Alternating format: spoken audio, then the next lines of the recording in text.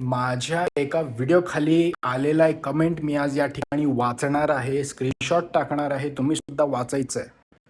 Mutual fund, SIP गुंतवणुकीबद्दल लोकांना किती कमी माहिती आहे, या कमेंटवरून आपल्याला लक्षात येईल लोक किती या ठिकाणी डोळे झाकून बसलेत. माहिती घ्यायची त्यांची मानसिकता नाही आहे, याच्यावरून आपल्याला हे कळून जातं. स्क्रीनशॉट मी टाकतोय, त्या अगोदर अकाउंटला फॉलो करायचं आहे, रीलला शेवटपर्यंत बघायचं आहे.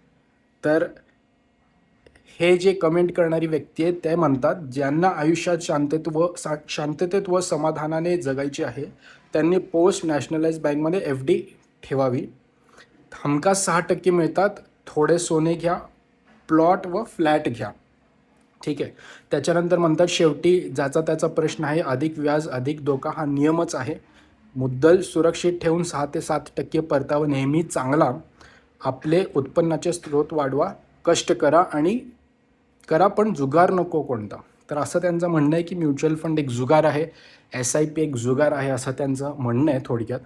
दुसरी गोष्ट, जे 6% 7% ते आज बोलत आहेत ना, तर 10 15 20 25 वर्षांपूर्वी तो व्याजदर जवळपास 10-12% होता बँकेत, आणि आज आपल्याला 6-7% मिळत आहेत.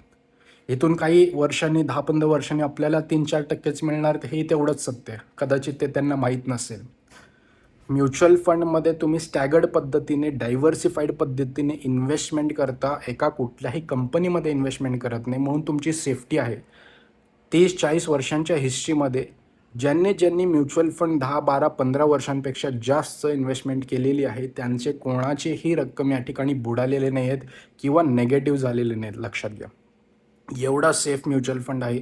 भयानक पैसा बनतो. माहिती कमी असेल तर माझे बरेचसे शेकडो व्हिडिओज आहेत, ते बघा. तुम्हाला काही प्रश्न पडले असतील तर मला कॉन्टॅक्ट करा. पण असे कमेंट करण्यापूर्वी थोडं रिसर्च करणं, थोडं ज्ञान वाढवणं गरजेचं आहे.